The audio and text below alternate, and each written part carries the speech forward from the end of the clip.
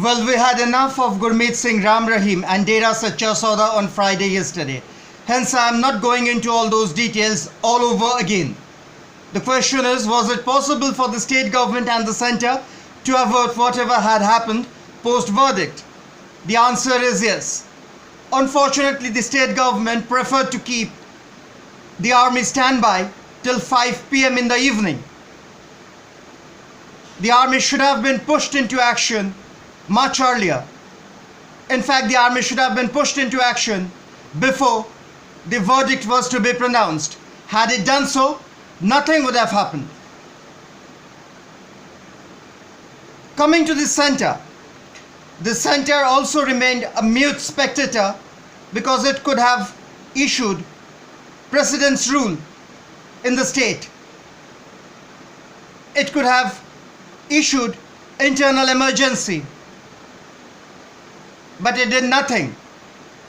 Either the government, the state government as well as the central government was taking it very lightly, or it lacked farsightedness. Sorry again for the sarcasm, but I feel that it was deliberate because they didn't want to lose the vote bank. And in this country, vote bank politics is above everything when it comes to politicians. Well, apart from sarcasm, the question is, who is responsible for over 32 lives lost officially? Over 300 injured, and the brutal attack on media persons, Obi-Wans torched. Who will reply? Naturally, is the Chief Minister Manohar Lal Khattar, who till yesterday was taking it very lightly and he was saying that everything was under control. And his administration, which has proved to be a total incompetent, was making tall claims that they are prepared. I would like to quote one of his spokesperson who said, "Hum mustad hain, we are prepared."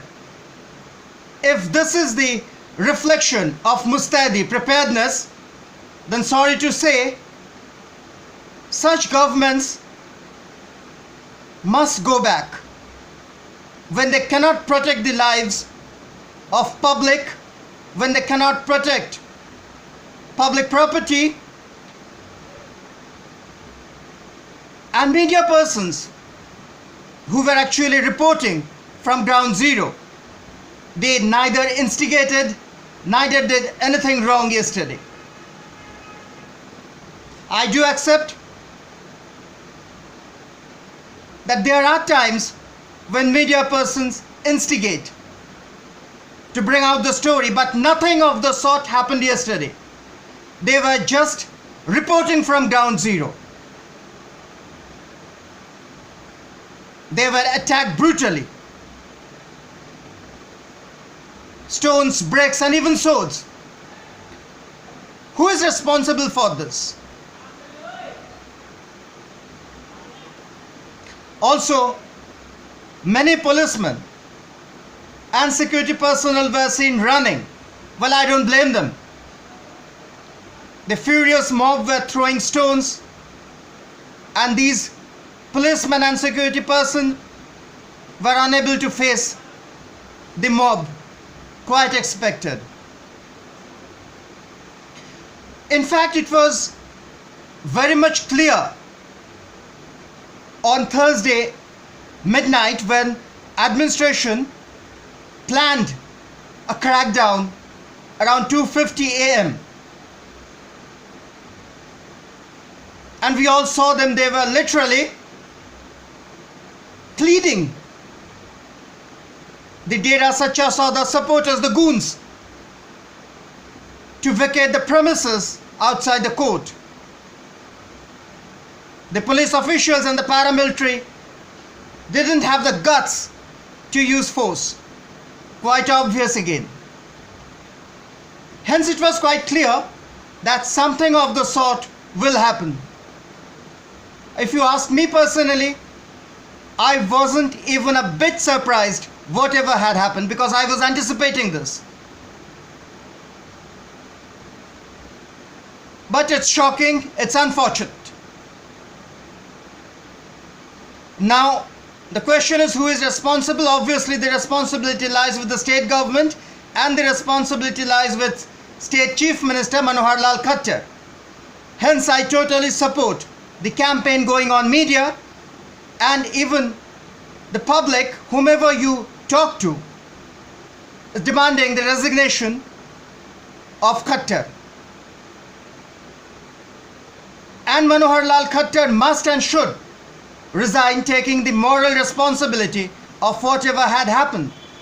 Finally, sorry for the sarcasm, but I fail to understand why our Prime Minister Narendra Modi, who is so sympathetic, who can't control his tears whenever there is something wrong, of late reacting very late. We saw this in Gorakhpur case, where he didn't open his mouth. He didn't tweet it till 15th of August, that too very casually and superfluously, along with the floods. And yesterday, it was after 7:30 p.m. Prime Minister decided to tweet over the incident. It's really unfortunate. In fact, I had a little bit of argument with